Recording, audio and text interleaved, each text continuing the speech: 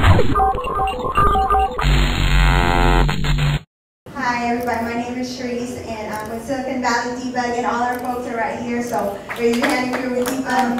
Debug, one of the photography that we have up here, and I say we because it's really a community effort, is the stories of mothers who are fighting the criminal justice system. One of the great places about Debug is that it allows you to really express yourself as an identity, as a whole person. One of the fathers who's part of our criminal justice project, Salah, has a son named Malik who's serving 25 to life, but he's also a photographer. And one of the things that he said that really stuck in my head about photography was, we have to prove that we exist. That's why we take photos, that's why we write. And so that's why we have those stories up, and that's why we chose to put it up there. So thank you so much for having us here, and we hope it's an entryway to more community folks to being part of this space to tell our stories. The photo essay is a story about mothers who are involved at Debug, who are facing issues within the criminal justice system.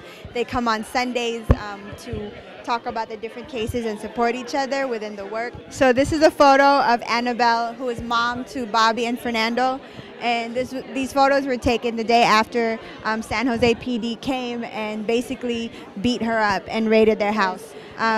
When she saw her son Fernando getting beat up by the cops in their hallway, she went to her son and just did what any mother would do, which is basically put her arms around her son and hug him.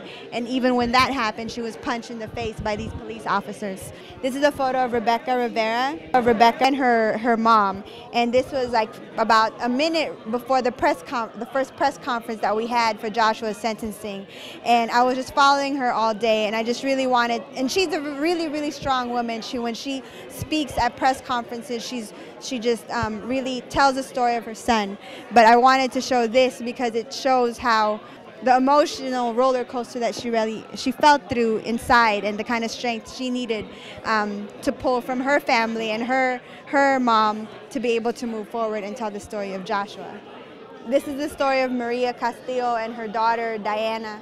And Maria was also beat up by San Jose PD and charged with resisting arrest and assault on a police officer, even though she's 130 pounds, and I'm not sure how big those police officers were, but she busted her lip, she lost some teeth, and she was basically forced to take a deal because they told her that she had to spend 30 days more in jail when she had to take care of her son.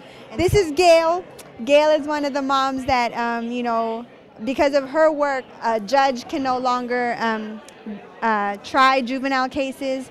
A DA can no longer be in juvenile court, and a public defender can no longer defend young people in Santa Clara County. She is one of the strongest people I know, and this photo was taken at her room, at Kareem's room, and Kareem, the first day that Kareem could actually get family visits. So she was making a home-cooked meal with all the rest of her children, and this was in his room. And I wanted to, Gail is also like a strong person. When she comes out there and she speaks, she just lays it down and stuff. This is a photo of Aura Johnson, and Aura is someone I've known in East Palo Alto for over 14 years, and her son John Bree was sentenced to 107 years to life. And she is a community leader.